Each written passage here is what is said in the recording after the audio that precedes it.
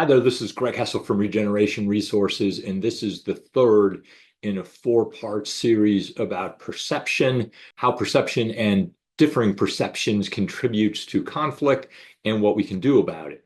And today I want to talk about our beliefs and perceptions about what should happen, the way the world should be. We all have hundreds of beliefs about the way things should be. And just to give you a few examples, some of us have strong beliefs about being on time, and others of us have strong beliefs about debt and money and how it should be spent or not be spent. Some of us have strong beliefs about being kind and how we should treat each other, and we believe people should be kind no matter what, while other people believe it's really more important to be honest even when it doesn't sound kind or it might be hard to hear. Some of us believe extra money should be saved and passed on to our children, while other people might believe that excess money should be given to charity and shared. These are just examples of the many ways that we all see the world differently, and we have assumptions about what should happen, but other people don't share our assumptions. People think differently about how things should be. And one of the places I see this frequently as a consultant is in my work with groups on generational differences. And we have to be careful not to stereotype. Not all baby boomers are the same, and not all millennials are the same, and everybody thinks differently. But generally speaking, older workers tend to respect authority, while younger workers tend to challenge authority.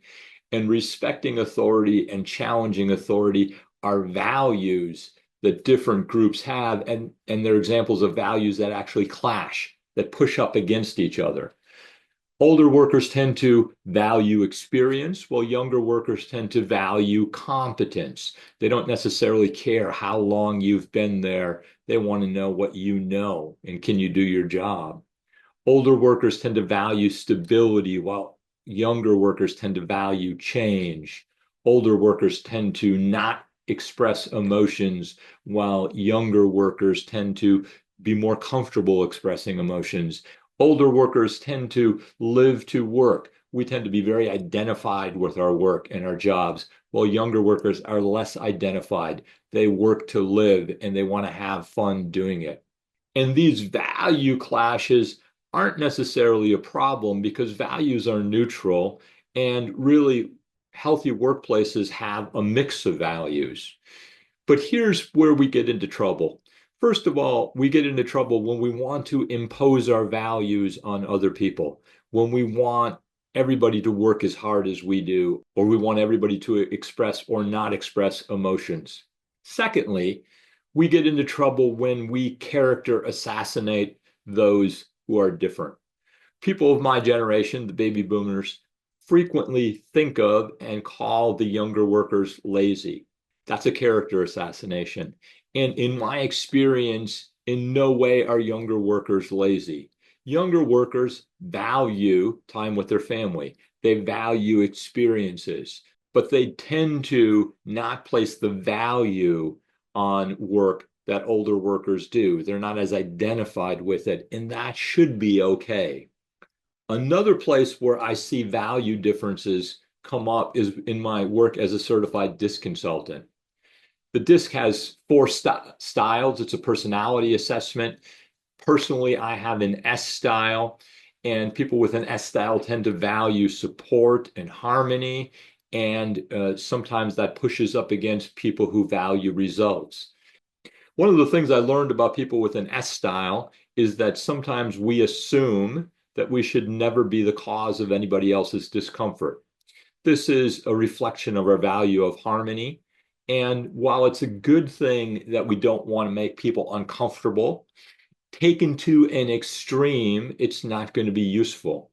And one of the ways I experienced this was last summer when I was teaching my 16-year-old son how to drive.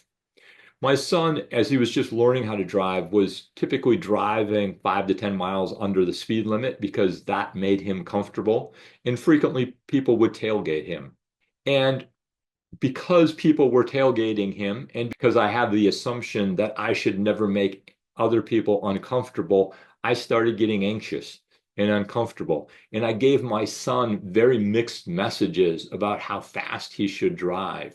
Whereas any good parent would have said, if they're tailgating you, ignore them. That's their problem. Drive at the rate you're comfortable.